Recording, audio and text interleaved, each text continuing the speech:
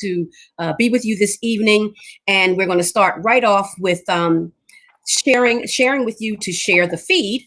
If you're watching, share the feed on your Facebook page, and we're also broadcasting live on YouTube. But please watch us on the Full Life Communications page, because what I'm realizing, I think, not that tech savvy, is if you're watching from someone else's page, which is fine, because as long as you watch, but if you put questions on that or comments on that feed, unless if you put it on Mariana's feed, then she's the only one who can see the questions, and she'll have to go back and look at her page and get the questions, which is fine. But then she has to do double duty. And since I'm already doing quadruple duty, if you watch it on Full Life Communications page, it'll come up right here, and I can highlight your question or comment so it can be seen. And so we love for your comments and questions to be seen. So if you can, please like and follow the Full Life Communications page on Facebook and on YouTube. But watch us right now on Full Life Communications on Facebook, because I can't really go that far. I'm not, until I get some assistance, I can't go on both pages and see the questions or comments. So watch us on Facebook for right now, but we are simulcasting. And my name is Sharon Thomas. I am the owner of Full Life Communications. This is my media company. And so the shows that you see on the Facebook page are broadcast through that company. And the ladies who are joining me this evening are the co-hosts with me of Race Matters. We've come together to discuss race in America and beyond. One, because it's always a relevant topic, and also two, because it's a necessary topic. And we wanted to be able to keep this conversation in the forefront of people's minds, because it's always been a huge issue, and more than likely will always be a huge issue, considering, in our humanity, we're broken and fallible. So therefore that keeps us flawed. And so we need to constantly improve the dialogue and improve ourselves through the dialogue. And so we thought it relevant to help people understand that we can have the hard conversation and still love one another in the conversation. So everything that we say, even though we may disagree, we try to do it in love, and also representing our Lord and Savior, Jesus Christ. So therefore, because he lives in us, we are doing everything through the love, through his love. Things can get contentious sometimes. And sometimes we can forget that we, are supposed to love one another despite each other. And so we want to do Jesus Christ justice. And so we tap into him, we tap into Holy Spirit, so that we can remain in love, even when we might be feeling angry. There's nothing wrong with being angry, but still be angry and sin not, the word says, right? So that's what we try to do, have the hard conversation in love. And so just a little bit about myself. Again, my name is Sharon Thomas. I'm the president of Full Life Communications. I'm also a licensed professional counselor in the states of Pennsylvania and New Jersey. So mental health is my game, so to speak. It's not a game, it's serious. I'm just saying. And so, I help people with the issues that they experience in life. We all have issues. We're all broken. And so this conversation that we're going to have today is going to deal with race and the George Floyd effect, because, Chauvin's trial is this week, and there's some vicarious trauma related to what we're seeing. And so that becomes a mental health issue. So we're going to talk about that, and just, all things related to race and this trial, and what we think it has meant to our country, and even beyond our country. And so we're going to have that conversation, and we're going to have that conversation in love. And now I'm going to throw it over to my co-host so they can introduce themselves. Mariana, take it away. Sure. My name is Mariana. I am Moldovan, Romanian speaker. Lived here for 16 years now, also with Sharon in the mental health field. I'm a licensed marriage and family therapist, and excited to be part of these conversations. Thank you, Mariana. Stephanie? My name is Stephanie Esposito. I am of Italian descent, both sides, and I have a background in communications, 2 careers, one as a TV producer, one as an advertiser, and I thought perhaps, I could lend a perspective from my experience to some of these conversations. And I'm very happy and eager to be part of these positive conversations. Thank you, Stephanie. Rosalina? Okay, guys. My name is Rosalina Anderson. I born and raised in New Jersey. I was born in Camden and still near there. I live in Pennsauken, but I call it Camsauken because it's so close to home. That's good. That's good, Rosie. I call it Camsauken. I'm half Black and half Puerto Rican. You know, I see things on both perspectives, you know, to try and, you know, see what's going on dealing with race matters and race issues. Mm. And, you know, to determine, you know, to look at it on both sides of my ethnicity. So I don't say race, I say ethnicity, because it's only one race, and that is the mankind is a human race that God created. And ethnicity, they're just different flavors of mankind that God has created. So that, I don't know if you need anything else, but that's who I am. I'm retired, worked for a utility company for 26 years, and retired and enjoying life as I go on. Yeah. Rosie, I like that Okay. the flavors, you know, we're all, you know, a bunch of ice cream flavors that are so yummy and so delicious, Absolutely. unique taste, right? And nothing is bad. We're all good, right? I love that. Exactly. I was just going to say the same thing. I love that. Yeah. It's Mhm. amazing. It's Flavors. amazing. We can Yeah. look at God's creation and marvel at the birds, the different colors, and you know, the different animals. But then when it comes to our own kind, we have to have such a palate that is so unaccepting. You know, a palate that fringes at the taste of different types of ethnicities that God has created. Yes. Mm. Yeah. Instead, there's fear. But go ahead. Well, I was just going to say, if you haven't posted the feed, because I gave instruction that I did not follow myself. If you haven't posted the feed on your page, please do so now. And I am about to do that. And ladies and gentlemen, just FYI, when you see me looking down and around, I'm trying to follow everything, all these tablets and phones, so I can make sure that if you're posting anything, that I can try and see it everywhere. And, you know, so it's not because I'm disinterested. Please do not think that. I'm just doing multiple things at once. So I'm going to, before I post this, just get the conversation started so I can then do that while the ladies are talking. So right now we're going to, as you can see on the crawler, it's the title of our, the topic tonight is Race and the George Floyd Effect. Mr. Chauvin is on trial for George Floyd's murder, which happened May of 2020 during the pandemic. And, you know, George Floyd's death was not the first death that happened at the hands of a police officer, a white police officer, and a black man. But something happened in America differently with George Floyd's death than with other deaths that were at the hand of a white police officer, another black man's death at the hands of a white police officer. And so we want to have a little dialogue about that and just how we think that the trial, our perspective of the trial and the effects that that's having, and again, how it has also too broadened out to not just America, it has broadened out to the world when George Floyd was murdered. So we want to have a conversation about that. Please join us, share your questions and your comments on the feed to let us know what your thoughts are about what it is that we're speaking about. And again, please watch us on the Full Life Communications page on Facebook.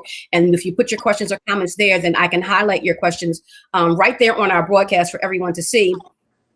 And also to say hello so I can know that you're watching, so we can say hello back to you. Because if you don't say anything, I don't even know that you're watching. So just give us a hi. So ladies, have the conversation about you know, the George Floyd effect and his murder and the trial and the effects of the trial on America and the country and just the effects of his death. What are your thoughts about, you know, just generally speaking, whoever wants to go first, generally speaking about, you know, what has transpired since Mr. Floyd has died? Well, it's very emotional because as a black woman, you see your brothers and your nephews and things like that, and I cried. As I tried to watch the trials, I had to keep changing it because I got to be honest, I was crying.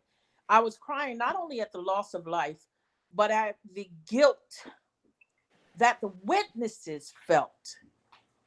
At what they saw and what they could have done or wish that they could go back and do something different. The young man, I don't know if you all were watching, but the young man who dealt with the $20 bill that was the employee of the store, he said, they were asking him, and they said, well, how do you feel? He said, I I wish I could go back and just deal with the $20 bill, because then this would have never happened.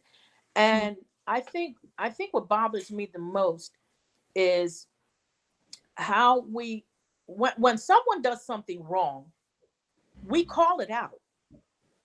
And I don't see why we have to find a way to justify somebody who does something wrong, regardless of you wearing a police uniform or not.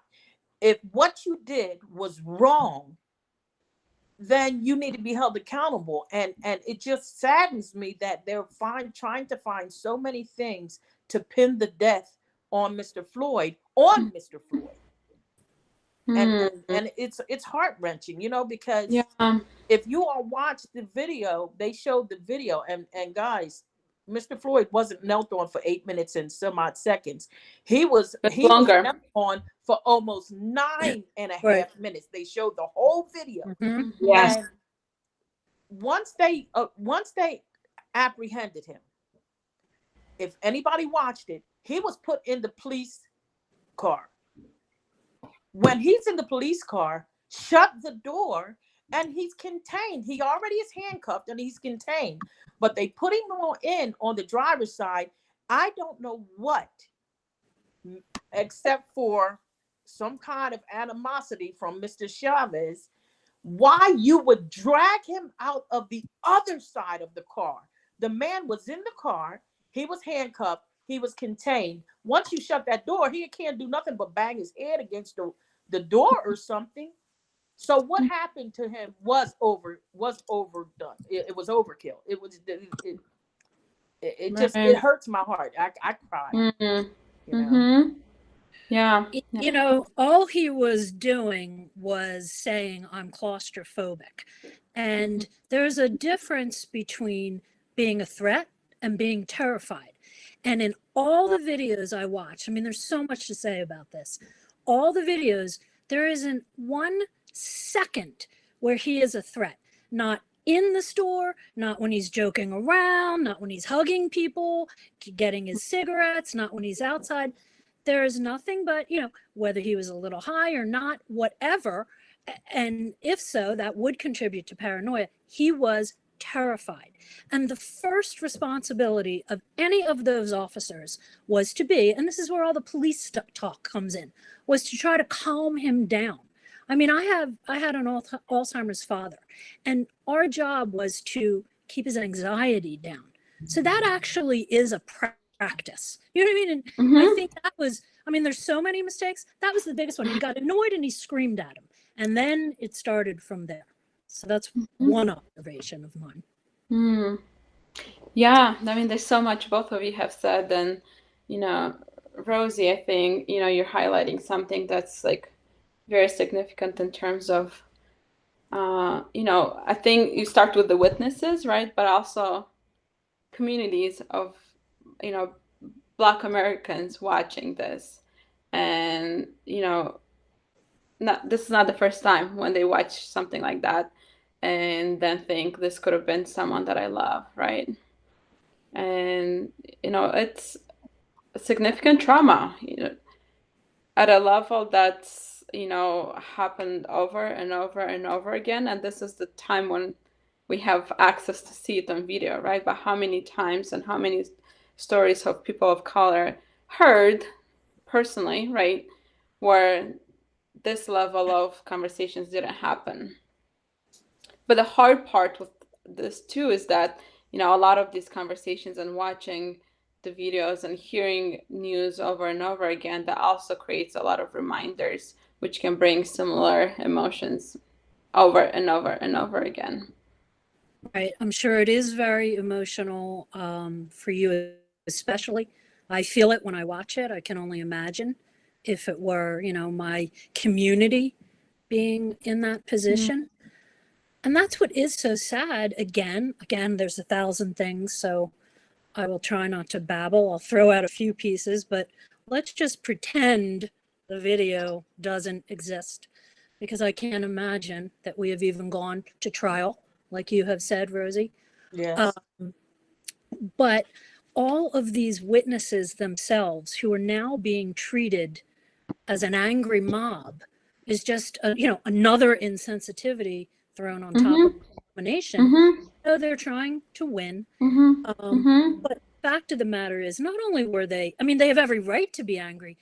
Those witnesses, each and every one, in my opinion, who are now traumatized, acted with such courage and grace, and they tried every tactic possible. They tried pleading.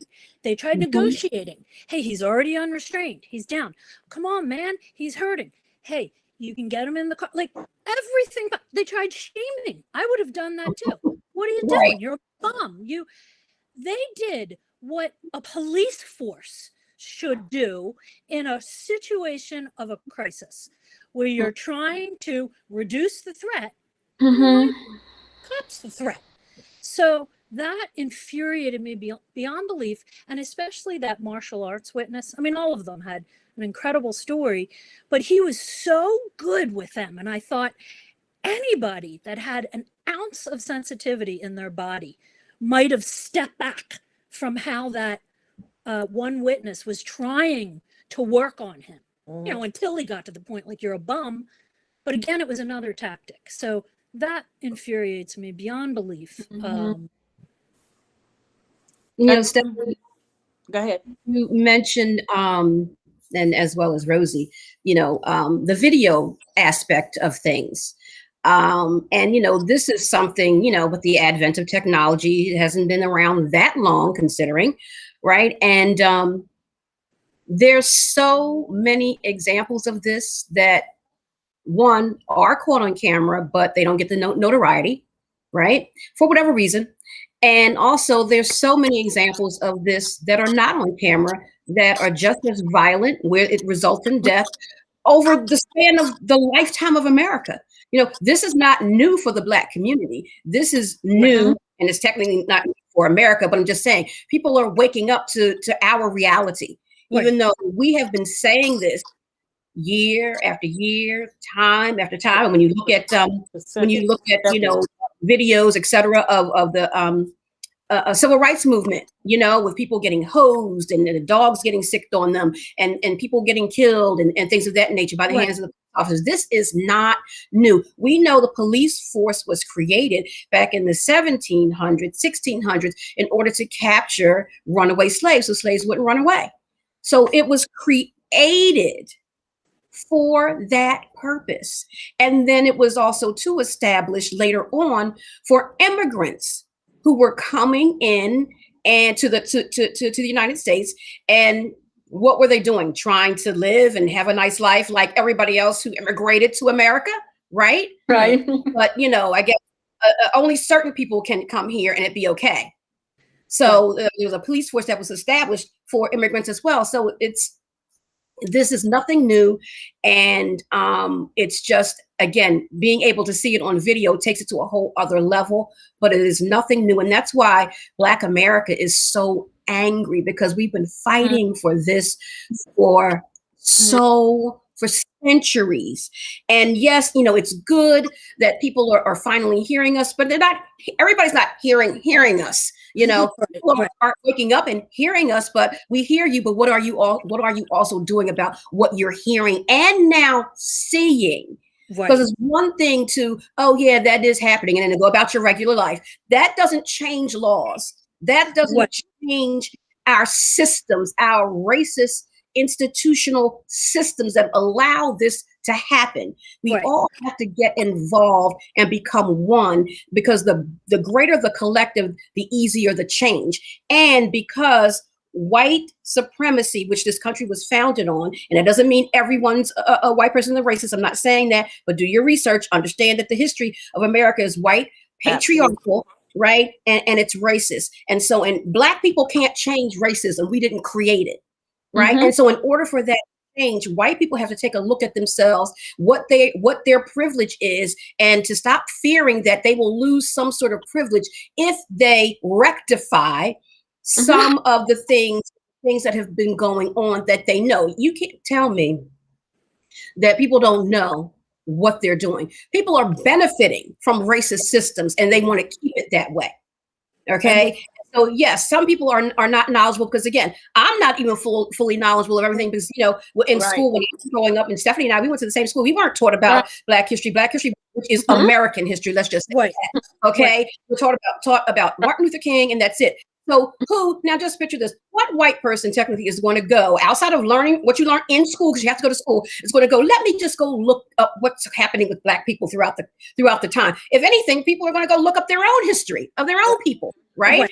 Black people, we learn this because it's our history. We learn it in our homes. We learn it, through the conversations that we've had over the generations. And so we have to know it. White people don't have to know Black history because it doesn't really affect you, even though it does in the grand scheme of things, but it doesn't affect your privilege. Right. And so until we all come to the realization that we are all in this together and, we are only as good as the least of these. And so if oppression reigns, we're not doing a good job. Another thing, Sharon, that I want to point out is like we have had so many decades of centuries of saying, well, what were they doing? They obviously were doing something wrong. And every time, and it's mainly, of course, like how I feel in the Black communities and minority communities, that if they are violently and let me clear something up for a lot of people. I'm not talking about Black on Black crimes in cities where it's all the majority, 80-90% of the community is Black and they got drugs in them communities and guns. Because the thing that irks me the most is when they say, well, when you all stop killing each other, then you talk about, what the cops and everybody else is doing. And what you don't understand, like Sharon said, look at the history. Systemically, Blacks didn't bring drugs into their communities. Blacks didn't bring guns into their communities. They didn't bring that stuff. It was brought to them, and it was a way of controlling those communities. So whether you like it or not, the Black on Black crime was systemically created by the white supremacists who wanted to figure a way to control the Black communities that kept trying to grow and do other things. Now, that being beside the point, I think we have to get a readjustment of our mindset, because even people that I've talked to, white people that I respect, when I would talk about the George Floyd killing, they always said, yeah, but what did he do? What he did this in his past. So every Black death always came at what did we do to create a situation that we died at the hands of a cop. Look at that young boy. He was only 21 or 22. I can't think of his name, but he worked at an animal shelter. He was anemic, and he had went to the store, got some iced teas. He was walking home, and somebody in the neighborhood called the cops and said he looked suspicious. He wasn't doing nothing but walking. And not only did they grab him, and he kept saying that he was claustrophobic and he didn't like being touched. And he was like a hermit. Please don't touch me. I'm feeling uncomfortable. And not only did they take him down to the ground, he only had 2 iced teas in his plastic bag, take him down to the ground. But something that they did, and it shocked me, but the EMT shot him up with some kind of medication to make him calm down, and he died. So why the fear of Black people to that level? It's some of it is fear and some of it is control.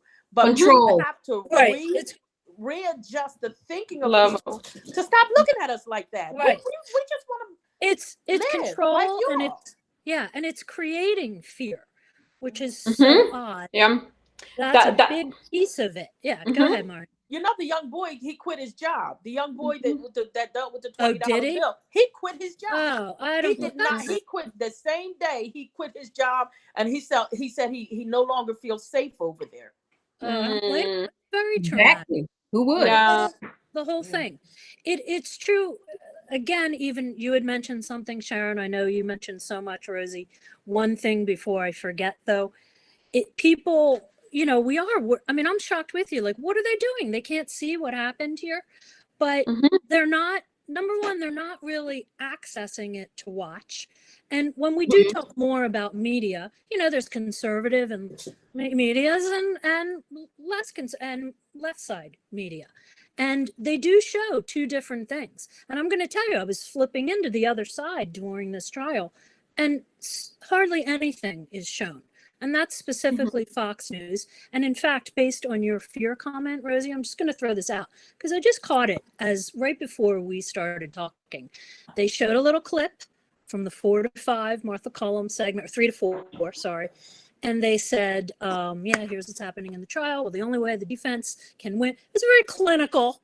I didn't see any witnesses. Doesn't mean they haven't been on. I mean, I haven't watched the whole thing, but that's how they do it. So also content creates a story, what you don't show. So there was a clinical, so check. They showed it, they covered a piece, they made a comment. Then what followed that, and I don't know enough about it, but it was a story about two mothers fighting. Now they're talking about this woke category and they want to defend education. And they presented a book at the end that was about white people as the devil. And this is what's being read to our children. I don't know what that was about. I'm going to look it up. This is on Fox News. It is so unbelievable. I mean, I'm already going to say that this is ridiculous. I mean, I'm going to go find what that is. Stoking fear. But it's I mean, constant fear creation. So sorry, go ahead. Yeah, it's hard that we can no longer whitewash, right? Right. What's being communicated about, right, people of color. Right. Because prior to these experiences, you know, what was in books, what was in politics, what was in the media, you're very much driven by white narrative, right? But now that voices of color are being heard, okay, we have to go back and, you know, highlight. And I've been in schools where the conversation about you know, race started to progress in a helpful way, especially at the latest school where I have been, and white people are not demonized through that. Actually, when we study, right, about race matters and other things like that, it's from the perspective, yes, of holding white people accountable, of naming the violence that has happened, but we also talk about how, as Sharon said earlier, this is affecting white people as well, right? We think we're benefiting, and yes, there is a privilege. But at the end of the day, you know, if we feel better because we have to step on other human beings, that's not true well-being, right? Right. That's, you know, temporary privilege. So, you know, United States as a country will be healthier when, you know, we do view everyone with equal respect. Absolutely. Mariana, and I totally forgot about the word of the day. So since you mentioned whitewashing, what you're saying, why don't you just give us a definition of what whitewash is? Right. So, you know, whitewash is, you know, this term that's being used to describe how in the United States, but in other parts of the world as well, when it comes to how history is being shared and communicated, right? Or and even to this present day, where we see at the national level the stories that are being told, the narratives surrounding the experiences of people of color, it's erasing, right, Black people's voices. So there's a Black erasure, and the experience of white people is highlighted. So this is where ownership is taken, right? And the idea is presented that like white people were those who like liberated people of color, and you know, Lincoln also helped with that, and not so much that like, you know, Black people had to work and fight really hard to be free from slavery, right? And you know, it took many Black voices coming together with some allies, right, in order to get where we are today. And we see it even today, right, in the media, that you know, it's always the, you know, white people who have interesting storylines, and other nationalities are usually just like a side character and things like that. So yeah, overall, whitewashing is about highlighting that, white people are centralized in the story of United States. And do you think, I'm just asking, along with that whitewashing, do you think the idea of losing yourself in the ever growing, I'm not going to say melting pot, because I was watching, what's her name? Jean Goodall, is that her name? That we were watching on the video. But when she said America is not a melting pot. It's a salad bowl, because you have a melting pot erases people's identity, it erases their ethnicity, and it makes everybody the same. When you have a salad bowl, you have all of the different vegetables, the lettuce, tomatoes, peppers, onions, and you mix it together, and it tastes wonderful with all of the different flavors of the different vegetables and things that are in it. And do you think that with the whitewashing, there is a fear that because America, the ethnicity of America is flipping so much, that white people feel that they are losing themselves, so they have to fight back at such a rate to, I guess, save themselves, when we're all the same? We're it's just different shades of us, which is beautiful. Yeah. I think it's Absolutely. more fear of losing power than losing identity, right? Right. Because control, power and control. Right. Power and privilege. But exactly. sorry, go ahead. When I was just going to say, when we, talk about it on such a grand scale, we are also the country, we follow leaders, and we have a government, and there's a political right side. And a lot of the political right wings are leading. I mean, I don't want to down a total side, but that's what I believe. And that is coming. And that's why when we talk about fear, it's like, they're creating fear. So then the more they hear fear, the more everybody wants more control. Oh my God. And that's why throughout that story about the education, instead of talking about a little bit about the witnesses in the trial, or that's the point I was making, they did their checklist, but God forbid should we have somebody feel sorry or say, oh wait, maybe we should step back. Immediately followed up with another story about fear. And that's, when we talk about misinformation and information and media and stuff, we can get into some of the specifics, but that is what's upsetting, because that is the guide. So then everyone hears that and they want control. Well, look at the voting rights, what they're doing with the voting rights. Exactly. It's ungodly. Let's face it, it's just ungodly what they do. And that's where I'm not afraid to say it. The Republican Party is being whitewashed completely. They are doing everything they can to push people out that won't agree with them. Right. The leaders, the Senate, laws and things. It's horrible. Right. It is insane. And if you look at, again, we're talking about schools and education, that was a whitewashing. That's why we don't learn about, what really happened with slavery and Jim Crow and civil rights and all of that, because they want to whitewash history. And there's even some, I'm sure you heard it, there's even some books that talk about slavery being a good thing. I mean, it's insane. And then, you said creating fear. When President Trump was in office and calling Mexicans rapists and murderers, creating fear. Exactly. So therefore you won't want any immigrants coming to this country, even though that's what we all are. But, because it's the fear of the browning of America. And we know that the brown people are going to be the majority in a second. In a hot second. Right.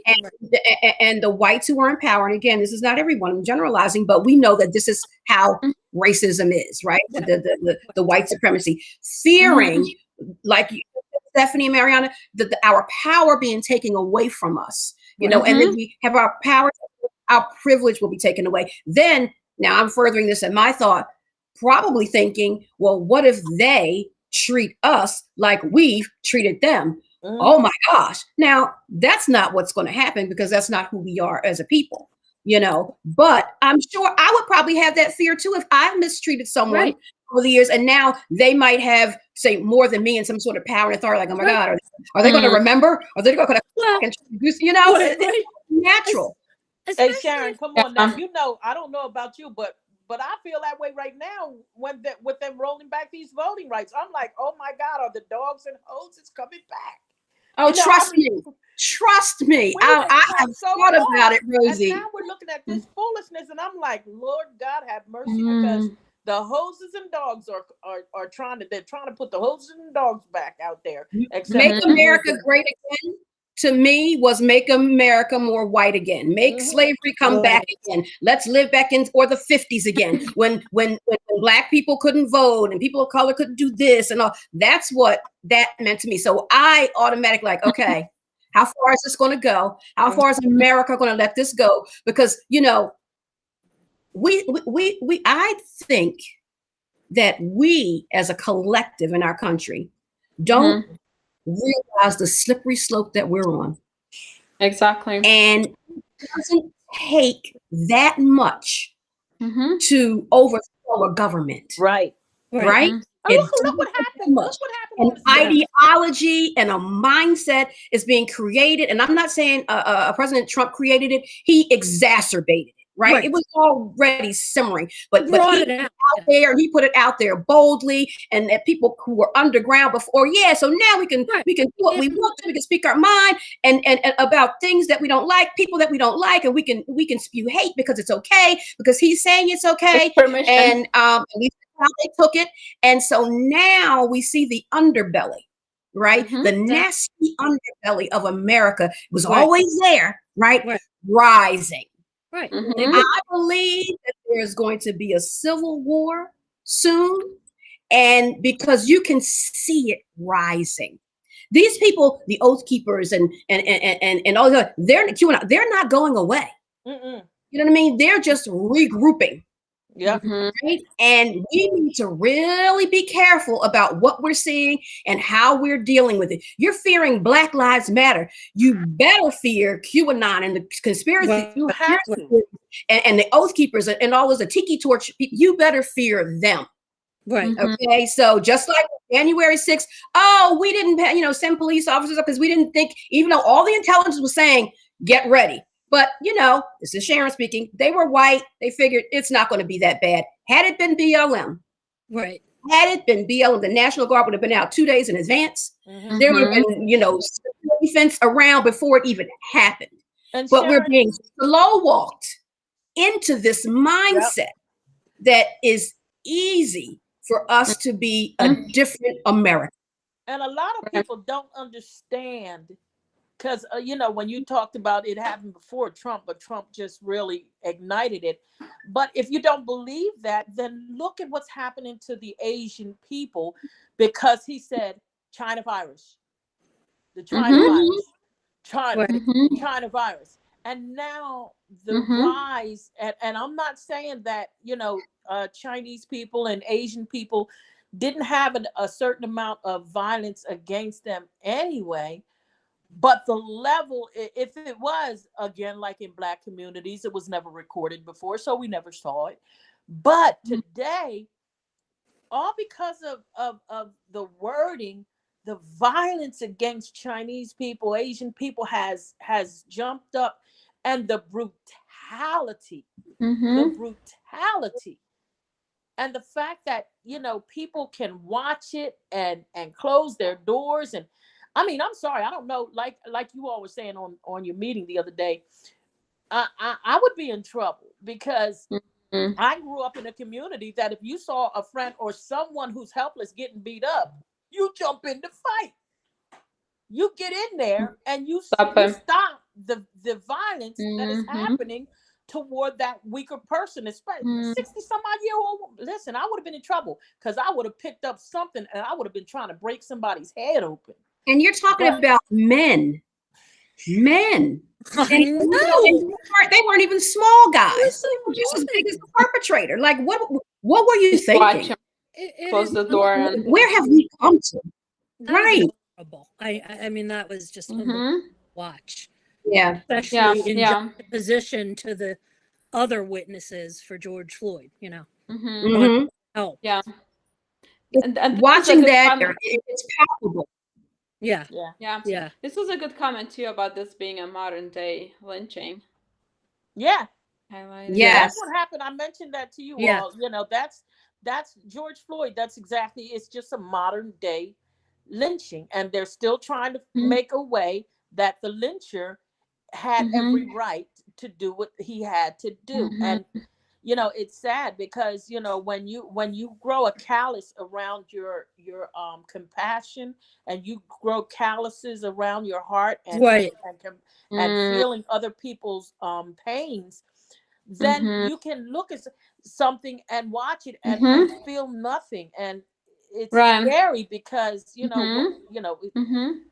there's a problem that America is going to Right. face, because we're going to be Yeah. infighting so bad if we don't get a hold of this thing, that other countries that have us on their mark, that want to attack us, they're going to attack us because we're going to be at our weakest because we're too busy fighting each other.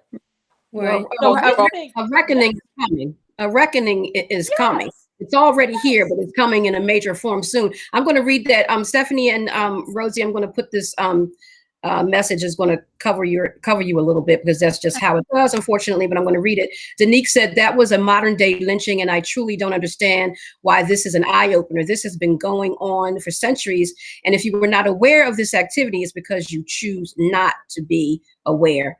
Period. And I told Danique I heard a T at the end of that period. Yes. um, Yeah.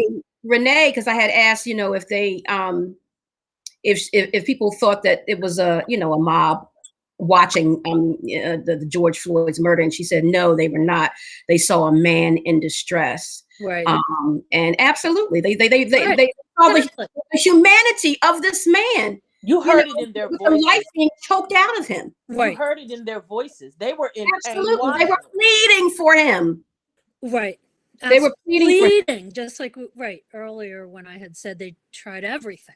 Right. Pleading, begging, Right. shaming. Mhm. Yeah. We have Trying to work with George. George, just get in the car. Remember that? Not George. right. Yes. Yes. Please, Yes. just get in. I can't get up.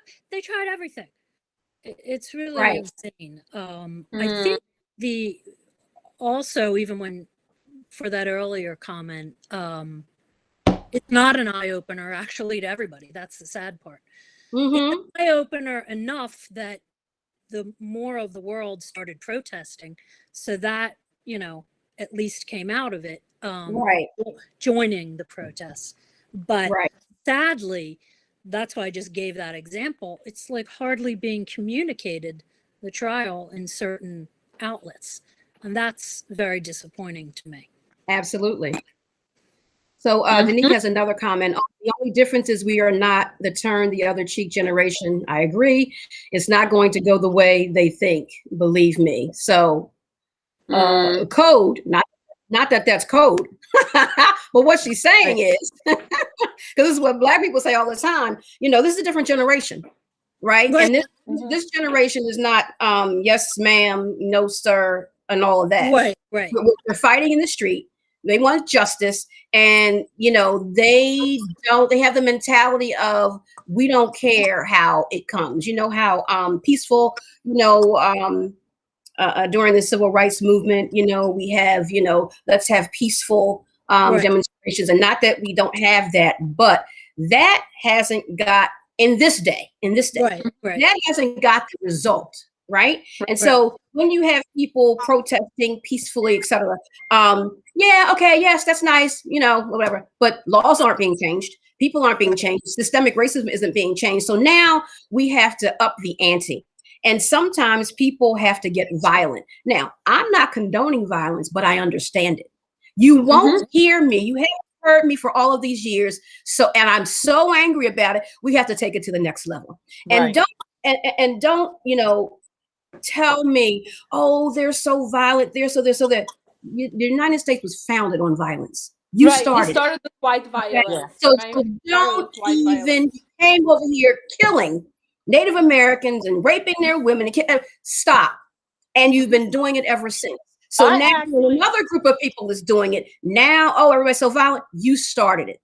I actually, Sharon, used to tell people, when all of this was getting so crazy, you know, in our time, and we started addressing it, I actually, and I would pull stuff up and put it on Facebook, but I said, this country was instituted on terrorism. Mm-hmm. Absolutely. This country, its basis, its conception Mm-hmm. was conceived through terrorism, and now you have a problem with terrorists. You terrorize the people that were here.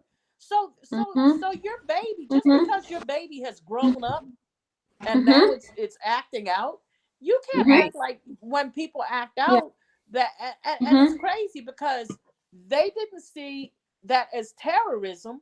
Mm-hmm. Yet when white people walk around with Mm-hmm. guns and start going in churches and killing people, they still don't see it as terrorism. They don't Mm-hmm. want to see it as Every terrorism. Yeah. Right. single gun, Yeah. Well, every it's a single gun business built activity around that guns. It's another. every Yeah. single gun activity that recently happened always goes back to, well, they were having a bad day. They were troubled. And are you out of your mind? Black children grow up and need to have PTSD from Mm-hmm. 6, 7 years old because they grow up in communities where terrorist things Mm-hmm. happen. They are traumatized as children, Mm-hmm. and you So don't see. let me jump in here and say a little bit about that, just, you know, to clinically speaking, and Mariana, if you want to jump in, you can too.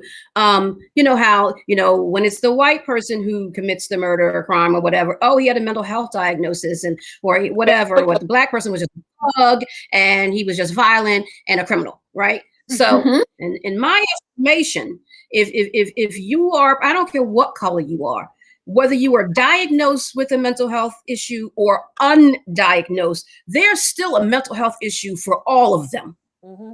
Every, because that's not normal Not behavior. normal. There's something wrong in your thinking, right? And Mhm. in your emotionality that is twisted for whatever reason, whatever trauma's in your background, whatever's in your background, how you're raised, we all have issues, right? But so it's not just the white people who have mental health issues when they kill, right? You know, just the black person might have been undiagnosed because we don't go to therapy as often ever. So let's stop that narrative that, oh, that's the reason. Okay, that doesn't always justify. Everybody's not out of their mind with, you know, a mental health diagnosis. You know, you can still manage life. You know, there's degrees, but there's something mentally going on with all of us.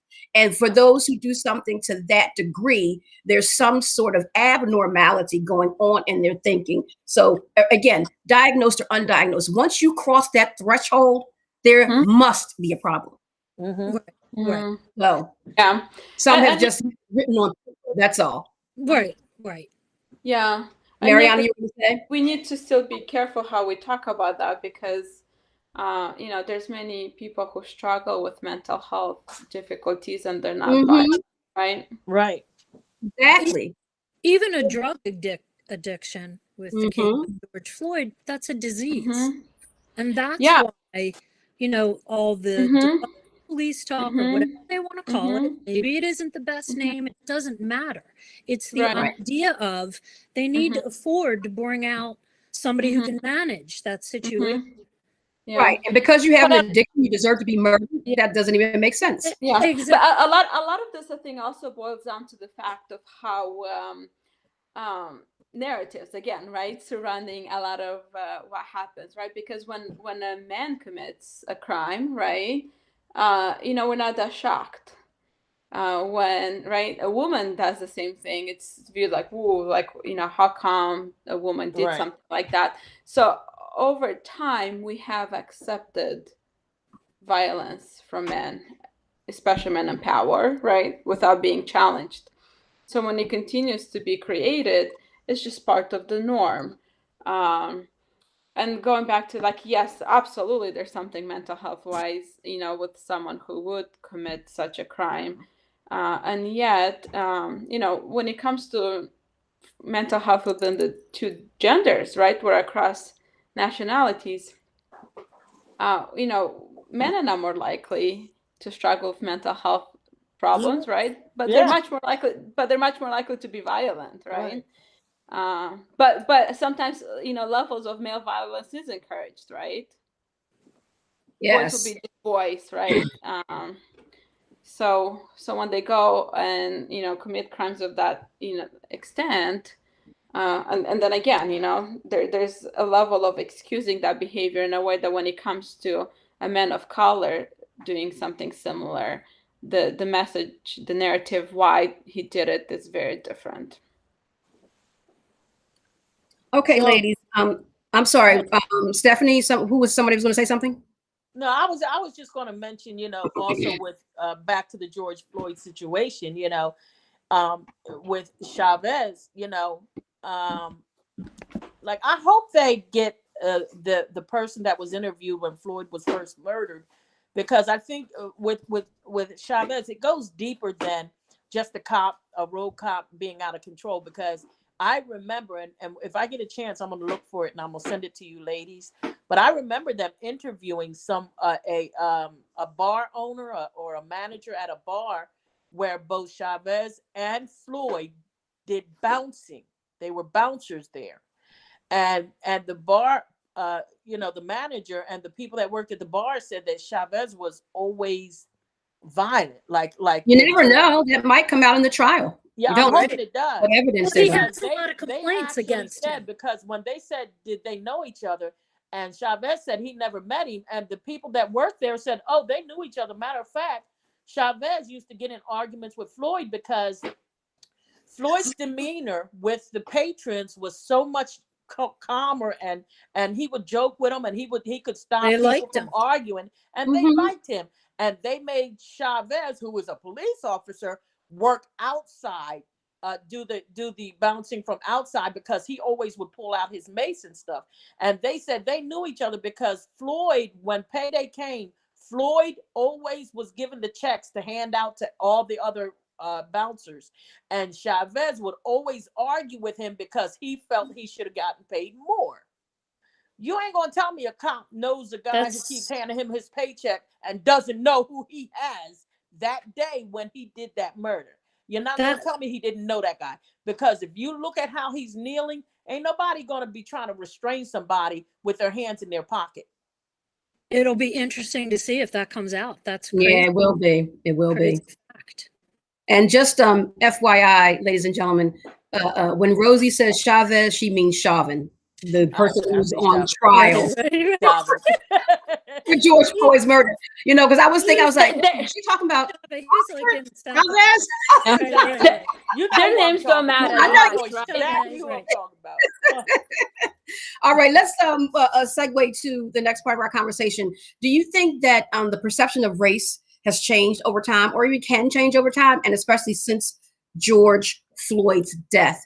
Do you think the perception of race has changed in America and race relations? What do you think, ladies? I think in some groups it's starting to change.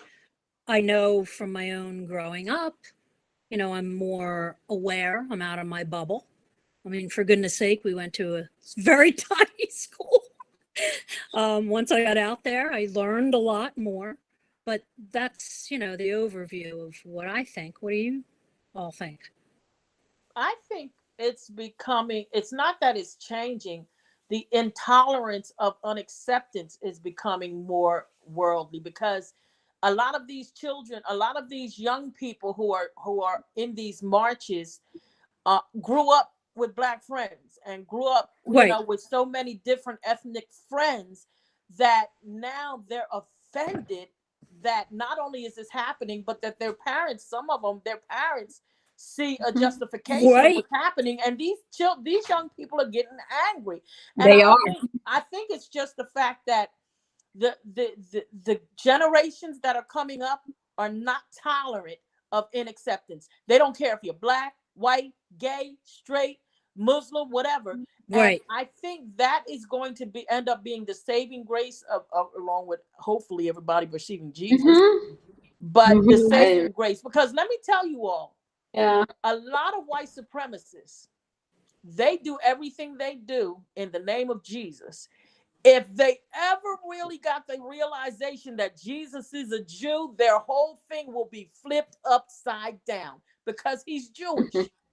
And people who are calling themselves Christian and hating, the two are not synonymous. Right. Jesus is love. Oil He and water. died because he loved everyone, regardless of what you thought, regardless of what your issues are. He died for every single one of us. So to say that you're a Christian and you hate, no.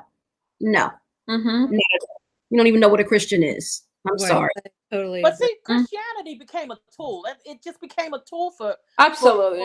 white supremacists and stuff. It became a tool, and Mhm. they said black. Right. You know, when they landed here, black people were animals. They Mhm. were livestock. They Yeah. were part of the own property. So Mhm. you know, it a Things- reckoning So is yeah. coming. It became whitewashed, right? Christianity Right, became right. whitewashed. Yep, Use it as control. exactly. Yeah. I like, think that, no, go ahead, Mariana.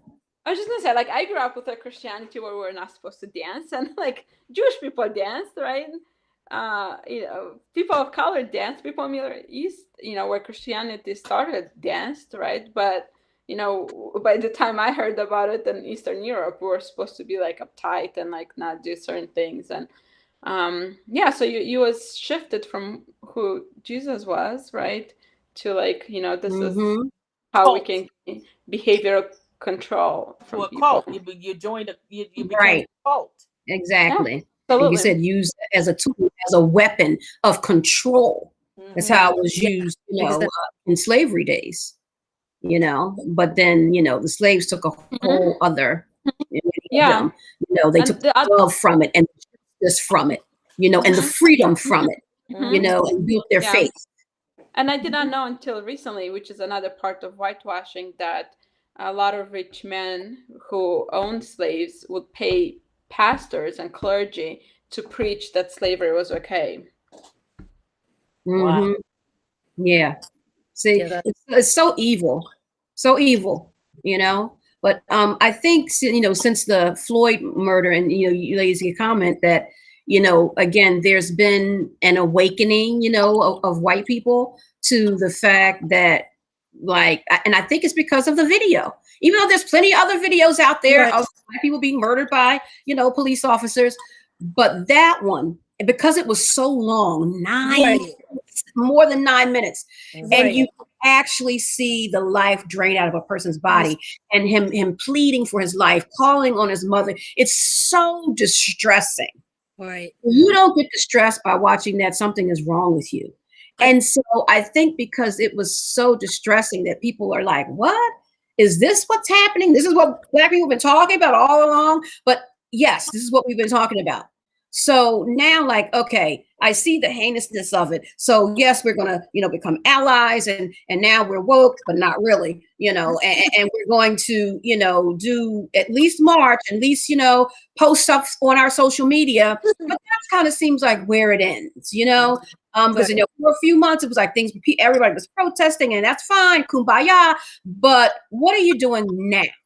Right. What are you doing as we're approaching a year? Are you doing anything to help change legislation, to help change, police training and laws and things? And I'm not saying nobody's not doing anything, but I'm saying the masses. How are we really coming together with this the voters' rights thing? It's the same thing. It's all under the same umbrella. Yeah. Right? How are you showing that you really understand that black people are oppressed in America on all sides? If you really believed it, you would not be for this voters' rights suppression. If you really believe, because that goes to the whole institutional racism issue in our politics, in our government. So you can't be for it on one end and then vote for something else on the other end. So you're not really for it. Because you still want the powers to be the powers that be by disenfranchising a whole group of people and groups of people. So there's a dichotomy there, and we need to recognize that you have to put your money where your mouth is. If you say you're for us, you got to be for us. And when you're for us, it's for all of us. It's not just for us, because when you help us, it helps the whole country. Right. So I think there was definitely a shift when George Floyd was murdered. But how far that shift actually went, right, has to be seen. Let's put it that way. And I wholeheartedly agree with Rosie about the young people. They are outside of Jesus being our saving grace, they are, they're not having it. And I say, it doesn't matter the color. They all grew up together. They love each other. They're like, what? No, that's not it. Right. And they're speaking up. parents and I'm telling my parents that they're wrong and I'm going to fight my parents tooth and nail. These are my friends. What are you talking about? You're the problem, not them. And I'm so glad that they have the chutzpah to stand up to their parents and to older generations to say, no, enough is enough and we're not having it. So yeah, totally agree. Yeah. So moving on to our last topic, and we're over time, but that's okay because, we can do what we want, right? Yeah. Hey. Talking about, how, and we touched on it earlier, how watching the Floyd trial, the Chauvin trial, the Floyd murder, the video, how that's impacting us, as far as our mental health and the vicarious trauma that's created when you take on the feeling and the symptoms of something that didn't necessarily didn't directly happen to you. So you're experiencing it vicariously. I know I'm experiencing it. And as far as just a little bit of technicality here, there's when you look up vicarious trauma in our in the mental health realm, it states that it can't happen through like technology, right? But that was created, the definition, years ago. The DSM, which is a Bible of mental health, was it's redone every 10 years, and so it's a new one should be coming out soon. So I don't think that should remain the same as far as in mental health, because technology is so large for us now. It wasn't as large then, and so we get so much of our media, news, etc., by viewing things on video via our social media platforms, etc. And so I think watching and rewatching a person getting murdered, I think it definitely has an effect as far as vicarious trauma. I cannot tell you the anxiety that I experienced. I mean, I can tell you, I'm telling you right now, after George Floyd was murdered back in May. I was going to pick up some medicine for my mom at a store, and and this is when the protests were going on. So it's probably, but it might have been like a month later. It wasn't that much longer, but still, people were still in the streets, whatever, and maybe 2 or 3 weeks. And I heard the sirens go by as I was sitting in the parking lot, just waiting to go in. And I was just sitting there doing nothing, and I started to have an anxiety, and I had an anxiety attack because I was like, oh my God. I'm hearing the sirens. Where are they going? Where are they coming? And I literally thought, like, am I going to die today? Right? And these are things that were just flashing through my mind. And I started to shake, started to sweat. And I was like, and when I've had anxiety attacks before, I cried because I just can't control it. It's not that I want to cry. It's just tears just come out. And I'm just like, and I had to calm myself down, whatever. Calm myself down, got better, right? Happened again because I heard sirens coming again. And I freaked out. I just had an anxiety attack in my car 2 times and within 10 minutes. And then and I never knew, at least in that moment, what was going on. And I go in the store and checking out, and we're talking about hearing police sirens. He say, oh yeah, there's a protest going on in Woodbury. And that's where the police were going to.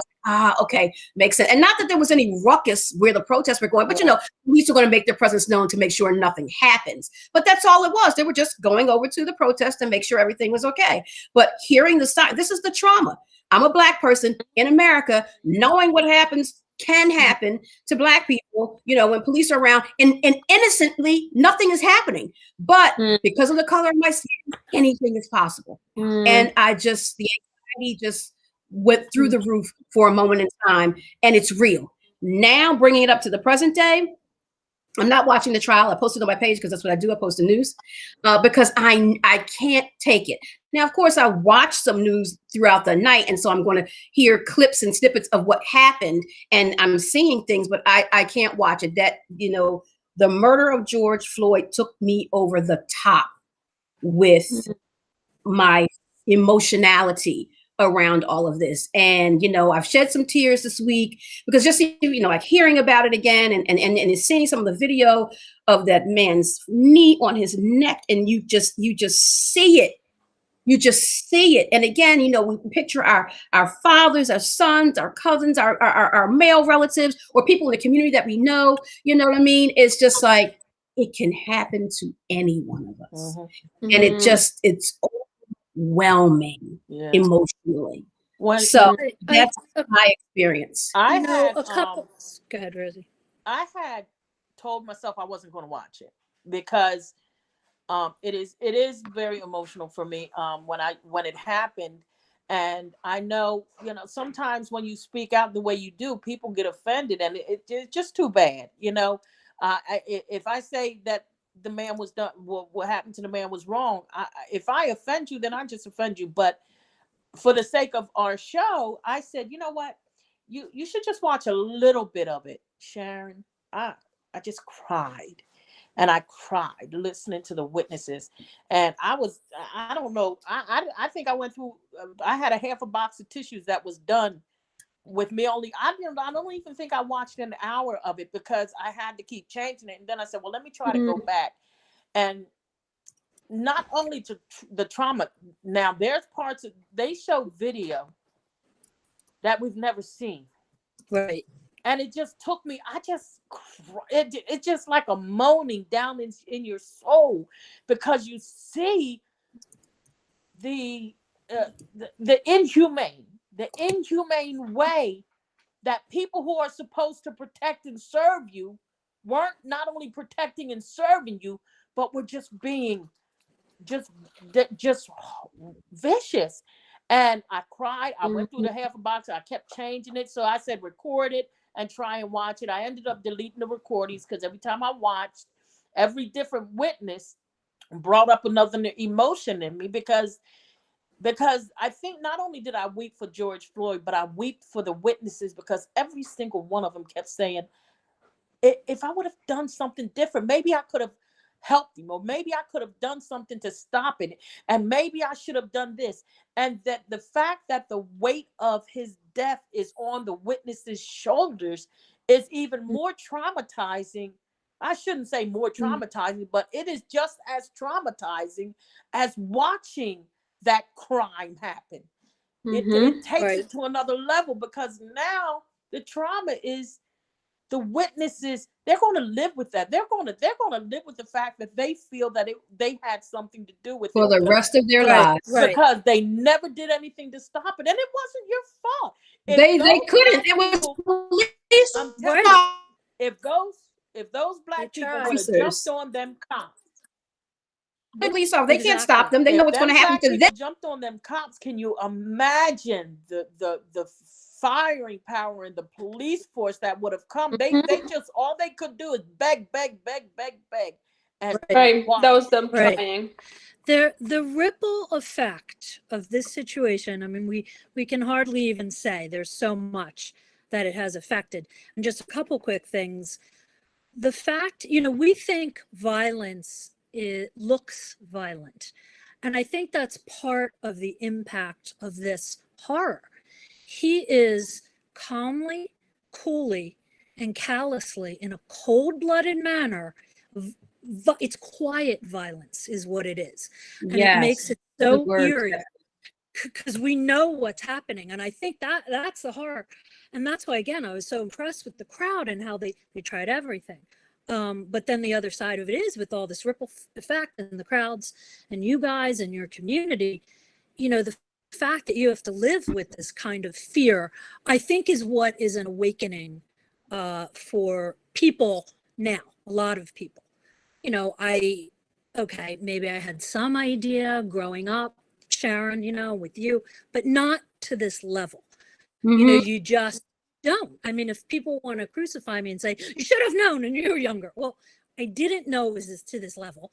I do know racism existed. I knew, the stories. I didn't really know I was Italian until a teacher called me a WAP when I was in grade school. So, I mean, again, that's how you start to, and I thought, oh, wow, and blah, blah, blah. And that's another whole story. But the fact that you have to live with the fear of bodily harm is something people don't understand. And the white generation doesn't, white people. One other quick example is, even I was walking downtown. This was in New York with my girlfriend. You know her, Sharon, black girl. I said, oh, we're going to pop in. I have to go into Office Max. We're going to get a folder, 99 cents. Quickly, I start to run out. And she said, aren't you going to grab your receipt? And I said, why? It's $1. Not even. And she said to me, a Black girl would never leave without her receipt. And I Mm-hmm. remember it just sticking in my head. You know what I mean? Like, and I don't even know, like even later then I kind of wanted to ask her questions. I was probably afraid. I mean, these were the earlier years. And I saw other things, but that's how I started to take in pieces. Right. Yeah. I can't believe it. And that's why I was upset, Lil, when you, with Lil, when you were talking to Lil and I, Sharon, about how you were upset about, at one point wanted to leave. And I was like, oh my God. And you said you're afraid. And I thought, wow, she has to live in fear. And that's the awful part of it too, because they don't understand that it's systemic. They think these things are one-offs, some groups. Right. Right. So, Danique has a question. Is Derek Chauvin currently being detained? Remember we were talking about that the other day when we were meeting. And I don't even know. Yeah, I believe, I should know this, but wasn't he released on bail? I thought he was. I thought he was too. You're right. I don't even know if he's. I thought I read something, and it's shame on me for not knowing this and being on this show, that he, was, but I know it happened to one of his, I don't want to call them co-conspirators, but one of the other police officers who were there. We're walking through like a Lowe's, and some customers were like, "Oh my God, there he is!" Chastising him because of what happened. And so, if anybody can Google that right now to find out if Chauvin is being detained or if he is out on bail, let us know before we close out the show. That's a good question, Danique. So regarding the whole, trauma of, the people who actually witnessed it, the bystanders, those of us who are viewing it, when it happened and now, with the trial and even in between, because you can just look it up probably on YouTube or something and still see it, anytime you want.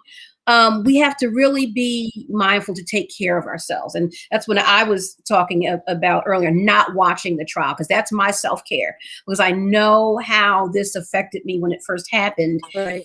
And I just can't go there again, not on a full scale. Let me watch this trial every day, or like I was doing before with different things. I can't do it with this. It's too emotional and too heartbreaking and traumatizing and all those things that we've been talking about. So we have to be mindful of practicing self-care that works for us in order to be able to handle anything, in life, not just this. We happen to be talking about this. And sometimes we have to turn the news off. Sometimes we have to turn social media off. The social media, it has its good points, but it has its bad points. It contributes to a lot of people's low self-esteem, body image issues, and again, racism and the political discord that's so negative today. And so there's just a lot of things, people, family members, we talked about this in the first show. I think family members are losing touch with one another. Friendships are breaking up because, now we're really knowing what people think. Before we have social media to be able to, we just say, hey, let's get together. We're doing stuff, whatever. Exactly. We didn't talk in depth about politics. We didn't talk in depth about racial issues or social justice or religion or whatever. And now people are sharing what they think. So it's just like, what? Who are you? Like, what? I thought I knew you. And now we're getting into these debates and these arguments and losing relationship. And so sometimes we need to just take a step back from social media and care for ourselves mentally and emotionally. Like that, enough is enough. I can get back on, but maybe I can take you in doses because that's what's healthy for me. So those are a couple of tips, that I have for people and how to deal with watching, and not just the Chauvin trial, but just, social media in general. And when things of this nature happen in the news, it can be overwhelming emotionally and can take a mental toll on us. So we need to be mindful of our being and take care of our being better. Yeah, you ladies have any suggestions or any tips? Well, I agree with you because, as you know, we go to the same church, and in the beginning of this year, we did a fasting, and our pastor told us to give up something. And the one thing that I did give up was the social media. I gave up the Facebook. I said, listen, let me just come off of that because I knew how emotionally attached to it I was. And when I say emotionally attached, I would get so frustrated that it wasn't frustrated about what people thought, but that people it seemed like people were so intolerant of other people's ideas, and they, like, if you had an opinion, then they said you weren't woke, or or if even, like, even with the shots, to getting the COVID shots, and they don't, they're not tolerant of the fact that everybody has a right to their own opinion, but they would just attack you if you say, oh yeah, I'm gonna get the shot, oh you're gonna be a guinea pig, and you're a fool if you take it. And it's like, listen, we all have the right to feel. So needless to say, I gave it up. And I gotta be honest, Sharon, if I get on it once a week now, I might, but because I have weaned myself, I'm almost intolerant of it, because sometimes I go on there and I see the stuff still going on, the same regurgitation of intolerance, that I come back out of it. And even with the news channels, because like you said, I had to get control of where my emotions were going, because if you're in a whirlpool, you have two choices. You can either start walking the opposite way to slow up how fast that whirlpool is going, or you got to get out of the pool because you're going to get sucked up into it. And Right. I decided to just get out of the pool, because it took too much strength. It took too much power to try and walk in the other direction, when so many were walking in one direction and had their opinions. So, sometimes you just got to jump, like you said, sometimes you just got to jump out of that whirlpool, and then start, living your life and doing what you've got to do, and try to readjust yourself. I don't know how to put that, but you just gotta take another view, and you just gotta shake yourself, push that reboot. You gotta push Right. reboot in your mind, in your spirit, and you gotta hit reboot, and you gotta start again, and you just gotta find yourself again, because you can get caught up into it so bad that your attitude is as nasty as the next person's. Right. Yeah, you don't want to go into a vortex like that. Mhm. Breaks are important. And it is hard because, we want to stay informed. Mhm. And especially, depending on the circle you're in, like there are conservative, I have a huge extended family. There's close to 100 of us. So even from a numbers standpoint alone, we can't all be, on the left side or the less conservative side. Mhm. So when I hear things, I have to stay calm. Do you know what I mean? Or I think I've mentioned this to you, Sharon, because one time you had said to me, well, why are you even trying to look at it or close it? Don't listen to it. But it's hard because when, I'll have a cousin call and he'll say something that's completely, it didn't happen. It's like totally off Right. the chart. Right. Do I stay calm? Do I say it didn't happen? And I'll only talk to certain people. I'm like, you have to listen to me because there's two different, it's like sometimes the news, you think it's two different countries, each side. So you have to take breaks, talk to people who are reasonable only, which is hard to Good do. luck with that. Exactly. So Danique has answered her own question. She has told us that Chauvin is out on a non-cash bail.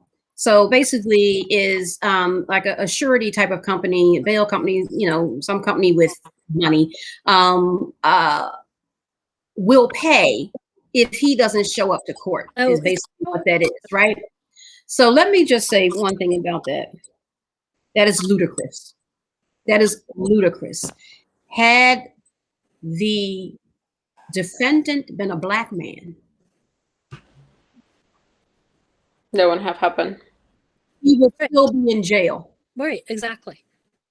Point And blank. He prosecuted would by still now. be in jail. There And would be no prosecuted by bond. now. You are accused of murder. Right. Murder. He would Right. not be out of jail. So the privilege has already started. Right. I mean, we knew it started because he's a police officer and police officers have certain privilege. But right. And let me just say this, and I'm not trying to start anything, but listen to me and listen to me good. If justice doesn't prevail, I know. in this case, what we have seen in the streets of America before will be nothing like we see in the streets of America with this, and maybe even the world, because the world was the world is watching Floyd's murder. Exactly. So not that I want that to happen, but that is just what I feel in my being. Right. Because you can see what has happened in the past when people have been murdered and people going, out in the streets and things have happening. And I'm not condoning violence. I'm not saying any of that, but we know what we have seen thus far. We see what history has produced. It's Right. not rocket science. People are angry. People are mad, and they're just waiting. Right. They're just waiting. Right. And nobody should have to wait anyway, because this Right. is so obvious. But so much injustice has been done. Police officers, Right. officers have gotten away with this many times. Right. So it's not unlikely to happen again. That's the Right. thing. That's the problem, because as soon as this happened, his supervisors, the whole station, that should have been immediately denounced. It will never happen again. He should have been, like, it started there. So that it's totally systemic all around there. Just those cops stood there and watched it. It's a big problem. It's a systemic problem. Mm-hmm. And I think the problem comes with them trying to think of, well, how do we prosecute him? He's one of us. He's right. No, what and you're so busy. You're so busy trying to figure how to get him out of it that you're not addressing the problem. This man was a cold-blooded murderer. I don't care what uniform he wore. He was a cold-blooded murderer, and he enjoyed every second of what he did. Right. And, I think he kept kneeling on him. We talked about this. We know it's impossible to not know when somebody not only becomes unconscious, but they stop struggling and they're gone. So I believe he had to feel the life drain out of his body. There's no way he couldn't. Yep. And I'm surprised it hasn't come up yet, but God, I don't know. Maybe it won't. But I think the way that even when they called him, when that EMT was sort of telling, like, I think there's a problem going on, and his supervisor was like, oh, okay, called him Chauvin on his cell phone.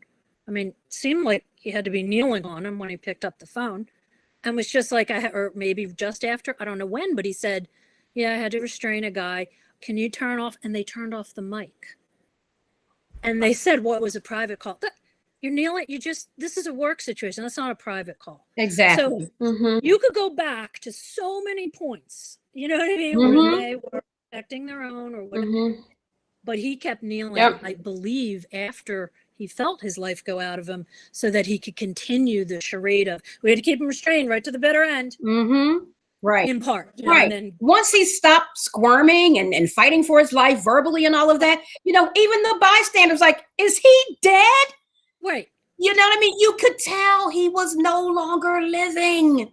Right. And let's put aside that squirming doesn't require a knee on you. But let's go with it. His hands were handcuffed behind his back. The officers didn't have their guns drawn. Where was the threat? Right.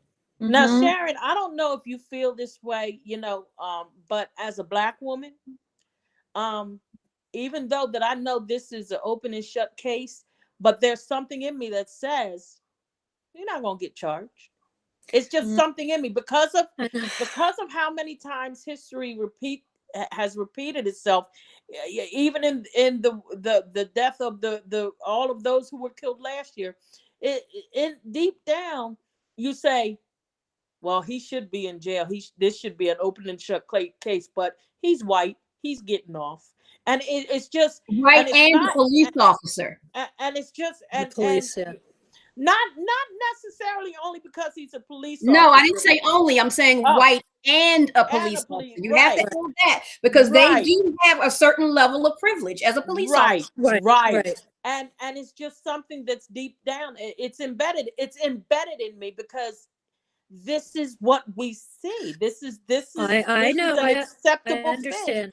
And deep down, it's like, yeah, he should serve not only life, but a couple lives for that one life. But he's gonna get off because he's white. I'm just praying though this time. I know. I'm just hoping in this situation those 12 jurors can do it. That's what I'm just Right. praying very hard. Yeah, and I'm not thinking about the outcome, to be honest with you, Rosie, because that will upset me, and I'm really trying to practice self-care through here. So I just pray every day, that justice is done, and I'm just waiting and seeing. I shudder the thought of him getting off. I'm not even thinking about that. Reserve your angst. Exactly. I need to live in today. I need to be the best Sharon I can be today. And I can't allow that to distract me from what I need to do in today. Right.